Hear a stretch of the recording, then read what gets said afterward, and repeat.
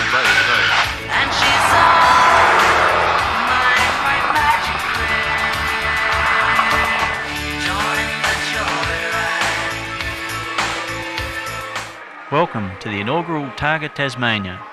Prior to the commencement of this exciting driving event, which will see competing cars cover 2,000 kilometres through some of Tasmania's most spectacular scenery, the dazzling array of 200 vehicles worth millions of dollars went on display at the Launceston Silverdome. These included the immaculately presented Honda NSX of Greg Crick. Along with navigator Greg Priest, the local team would go on to win the Targa plate after the 5 days of challenging stages which were to come. But there were many other thoroughbreds which lined up at the Silverdome in all their finery, ready to present a taste of sports car action. Morgans and Frasers were well represented.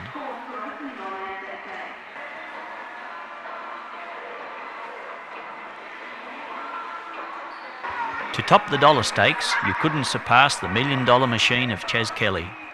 Straight out of the box, the very latest from the rampant stallion stable is the Ferrari F40. Given pride of place at the Silverdome, it was to see more of the countryside than other competitors when it would spin out at a corner on the Nichols Rivulet to Oyster Cove stage at 140 kilometres per hour. From the latest 1992 machines to the early classic rally cars, here the 1953 Peugeot 203A of Arthur de Water of Launceston is looking at its very best for the viewing public. Another local entrant, Charles Ewell, a Northern Midlands farmer, laboured long and hard right up to the last day before the event to have his 1958 Austin Healey ready in its works colours of British racing green and white hardtop. If you're wanting true open sports motoring, perhaps you would like to try this 1908 MAB. Owned and driven by Stuart Saunders, this is a replica of the chain-driven Mallicet A. Blonde and referred to here as Australia's own Chitty Chitty Bang Bang. Its 1,000 revs per minute is equivalent to 160 kilometres per hour.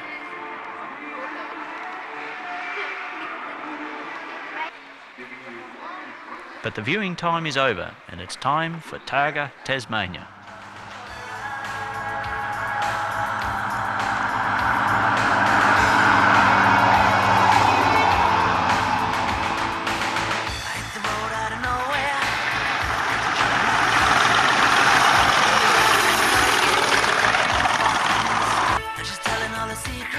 The first touring stage sees the cars like the Packard head past Abels Hill Road on their way to the Targa stage over the Scottsdale sideline.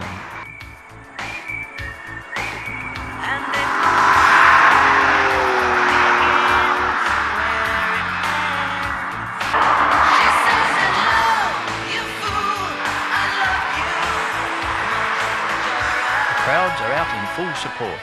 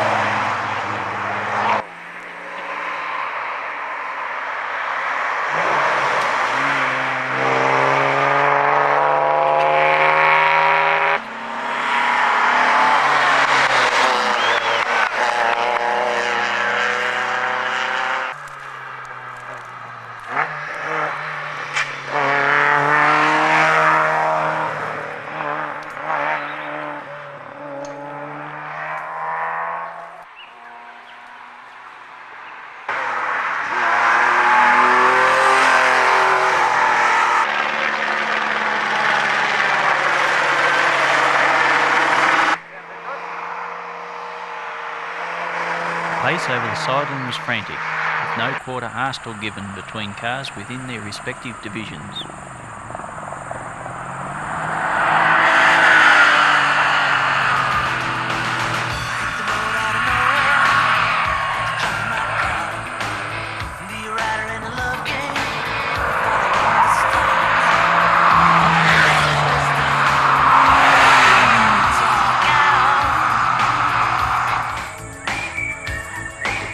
And it all begins where it As cars reached the end of the Tasmanian Targa section, students from the Scottsdale School waited anxiously to see the cavalcade of exotic machinery. While some drivers breathed a sigh of relief having completed the twisting turns around the sidling and headed for Scottsdale, others were yet to make their way over the mountain. The Mini Cooper S of Harrison and Sedgwick, an immaculate example of a popular racer. Keep right coming up, keep right, keep right, keep right. And zippy through the twisted sidling. A marked contrast to the event's only Rolls-Royce, on a mission out of character for the most refined of automobiles.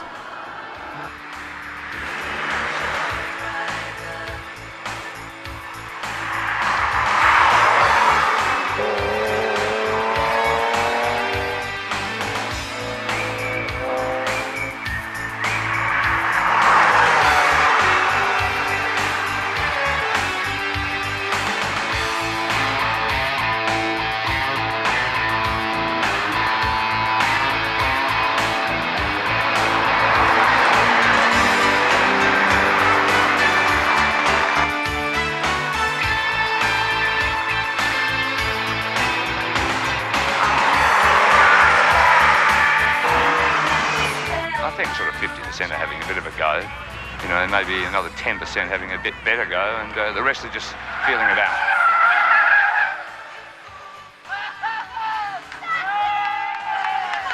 And so it was as the competitors worked their way through the literally hundreds of tight corners of the Tasman highway to the east coast.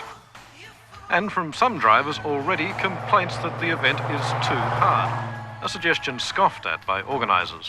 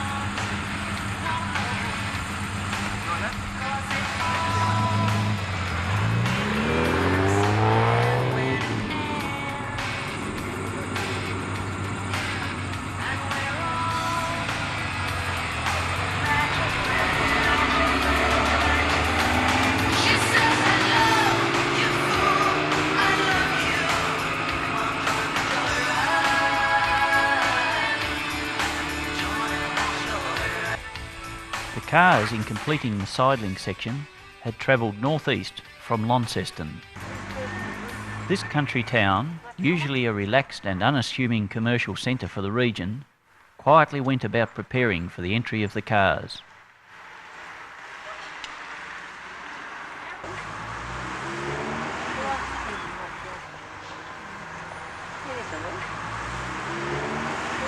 Greg Crick in the NSX was a popular arrival.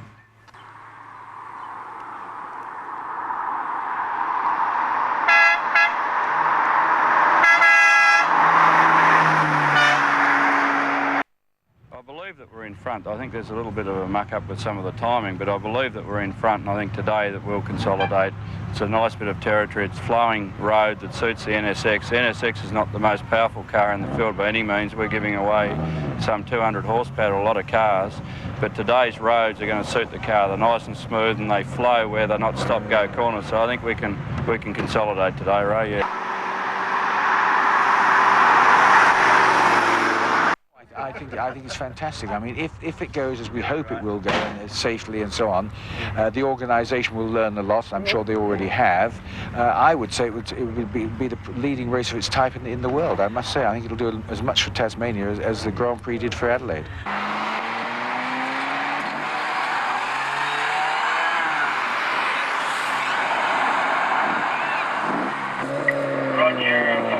The cars begin to arrive at the start of the back road to Derby stage.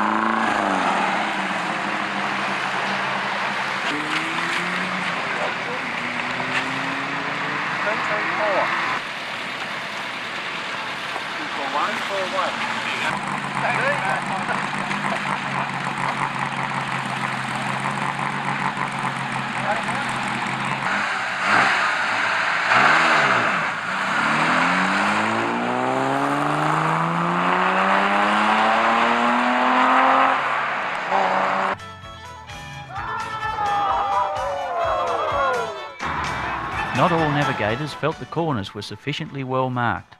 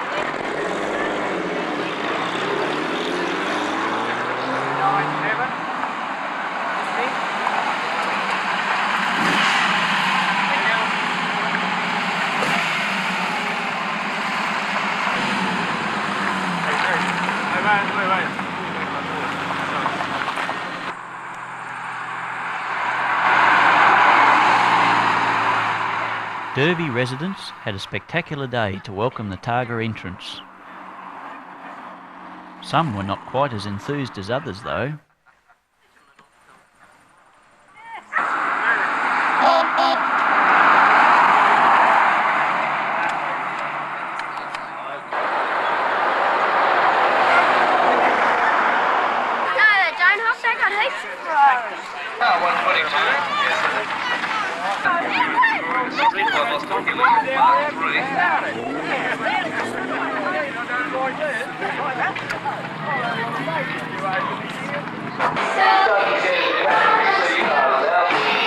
Tasmanian hospitality came to the fore, with entertainment from the Branksome Primary School and a rendition from the Derby Bell Ringers.